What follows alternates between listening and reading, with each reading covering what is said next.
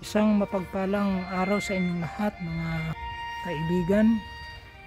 Kung saan man kayo naroroon, anong lugar kayo, magandang umaga, magandang hapon, magandang gabi, saan mang sulok ng lugar kayo naroroon.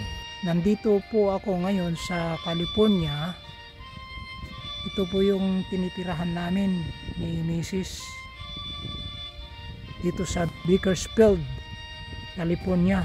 Sa bahay ni Tito at Agnes Norumbaba. Sila po yung mga sponsor namin dito sa California. Ito yung backyard nila at marami pong mga tanim. Kalamansi ito, ang laki at ang daming bunga. Sila lang ang kumakain nito. Wala namang kumukuha na ibang tao at hindi rin naman daw nila na ibibinta. Kapal ng bunga nito, kalamansi.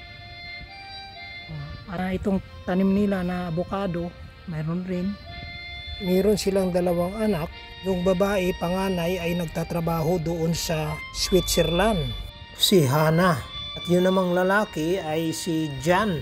Nag-aaral pa sa Irvine, University of California.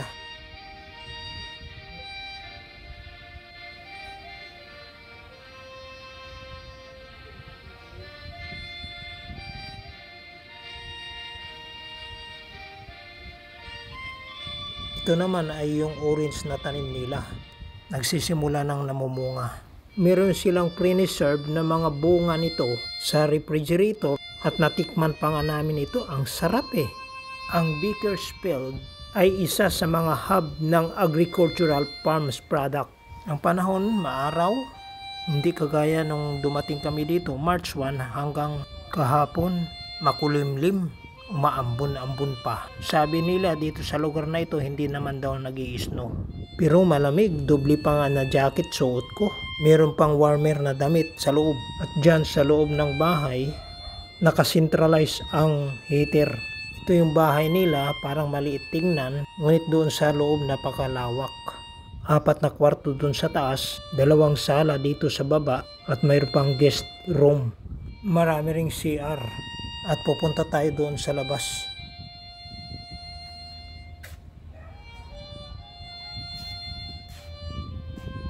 Labis ang aming pagpapasalamat sa kay Tito at kay Agnes na tinanggap kami nila dito ng mainit na pagtanggap.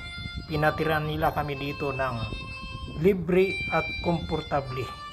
Masarap na pagkain at always prepared na ang pagkain sa oras na ng kainan dito sa kanilang magandang tahanan. God bless your home.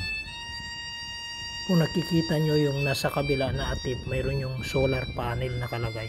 Napakalinis at napaka-peaceful dito sa labas. Ang mga itsura ng bahay ay very simple.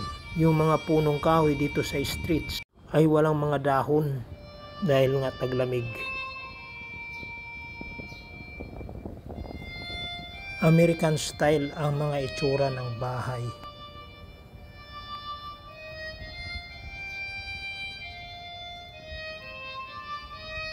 Yang sasakyan na yan ay tinatawag na camper van vehicle. Ginagamit nila yan kung sila ay maglalakbay sa malalayong lugar. Alam naman natin na talagang napakalawak ang kanilang bansa. Travel nila ay from one state to another states. Kumpleto na yan dyan sa loob, parang bahay. Hinihila po yan ng sasakyan at marami pong gumagamit yan dito dahil nga malalayo yung kanilang pinupuntahan. From one state to another states, mayroon pang isa dyan oh. Maraming gumagamit yan dito. Mayroon pang ambulance dito sa harapan ng bahay, private ambulance. Ito ang design sa harapan ng bahay. Bricks yata ito sapagkat protection rin yata ito sa lamig at makapal yung side wallings. Salamat po sa panonood at mag-iiwan po ako ng isang mensahe ng Panginoon sa aklat ni Lucas, Kapitulo 14, versikulo 13 hanggang 14 at ito po ang wika. Talatang 13, kaya kung maghahanda ka, imbitahin mo rin ang mga mahihirap, mga lumpo, mga pilay, at mga bulag. Talatang 14, sa ganoon ay pagpapalain ka dahil kahit hindi kanila masusuklian, ang Diyos ang magsusukli sa iyo sa araw na muling pagkabuhay ng mga matuwid. Pagpalain po kayo ng Panginoon.